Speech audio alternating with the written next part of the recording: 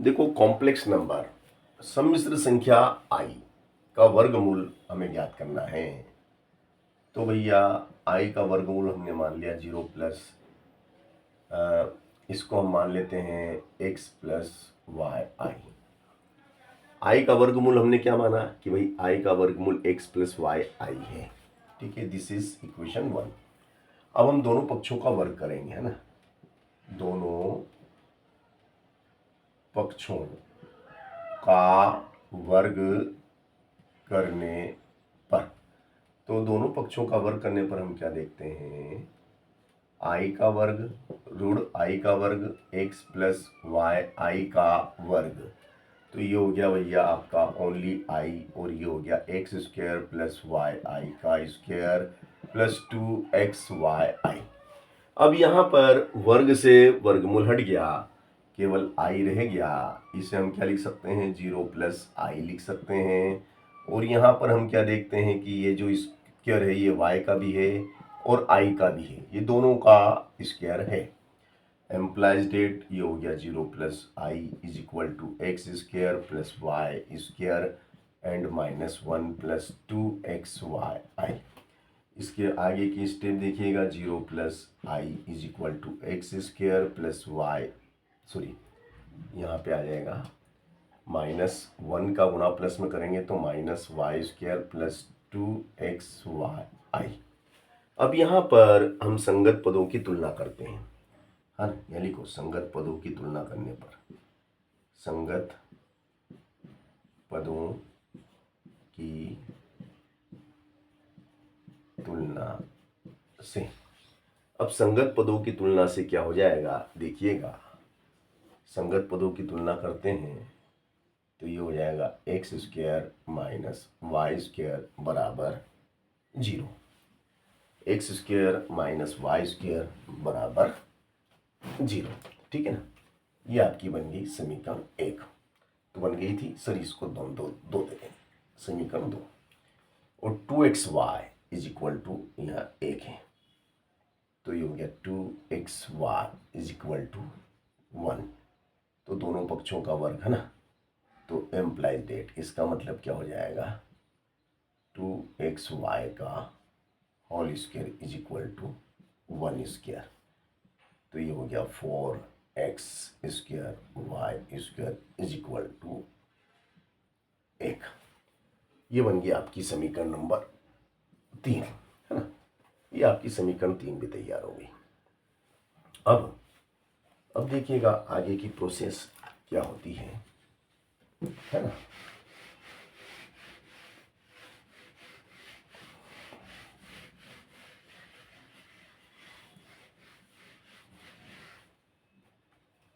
अब हमारा है x प्लस वाई का whole square is equal to X minus X square minus Y square का whole square plus 4x square Y square. Implies that x plus Y का whole square, X plus Y का whole square, x square minus Y square is 0 का square plus 4x square Y square is 1।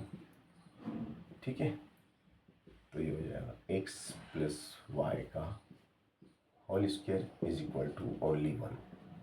तो ये हो गया x plus y, sorry x square Y square, x square Y square, x square Y square, x square Y square is equal to 1, है ना। वर्ग घटेगा तो वर्गमूल, तो ये हो जाएगा x square plus y square is equal to 1। ठीक है ना। अब ये बन गई समीकरण नंबर 4। अब भैया हम समीकरण 2 और 4, तो देखिएगा समीकरण 2 और 4, 2 और 4 को हम विलोपन विधि से हल कर रहे हैं, है ना। तो देखिएगा आप ध्यान से, यहां पर हम लिखेंगे जोड़ने पर, जोड़ने पर क्या होगा कि प्लस का वाई स्क्वायर माइनस का y square is cancel, 1x square 1x square 2x² is equal 1, है ना। फिर क्या होगा, x² इज इक्वल टू 1/2, तो वर्ग घटेगा तो वर्गमूल, तो ये हो जाएगा +-1/√2, x बराबर +-1/√2, है ना। अब ये तो हुआ हमारा समीकरण 1 और 2 को जोड़ने पर। अब समीकरण 2 और 4 को जोड़ने पर, अब समीकरण 2 में से समीकरण 4 को घटाने पर, चलो इसको घटा देते हैं, है ना। तो भैया समीकरण 2 क्या कहती है, x² - y² 0, फिर x² + y² इज 1, 4, है ना। ठीक है, तो अब घटाने पे क्या होता है, नीचे वाली संख्या के चिन्ह बदल जाएंगे। प्लस का है ना, अभी माइनस, ये माइनस वाला प्लस, प्लस वाला माइनस, ये प्लस का है अब माइनस का हो गया। तो अभी प्लस नहीं, अभी माइनस है, अब ये माइनस है,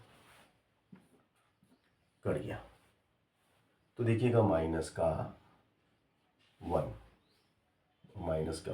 -2, y² -1, माइनस से माइनस गया, माइनस माइनस इज कैंसिल, तो y² इज इक्वल टू क्या हो जाएगा, देखिएगा अब आप,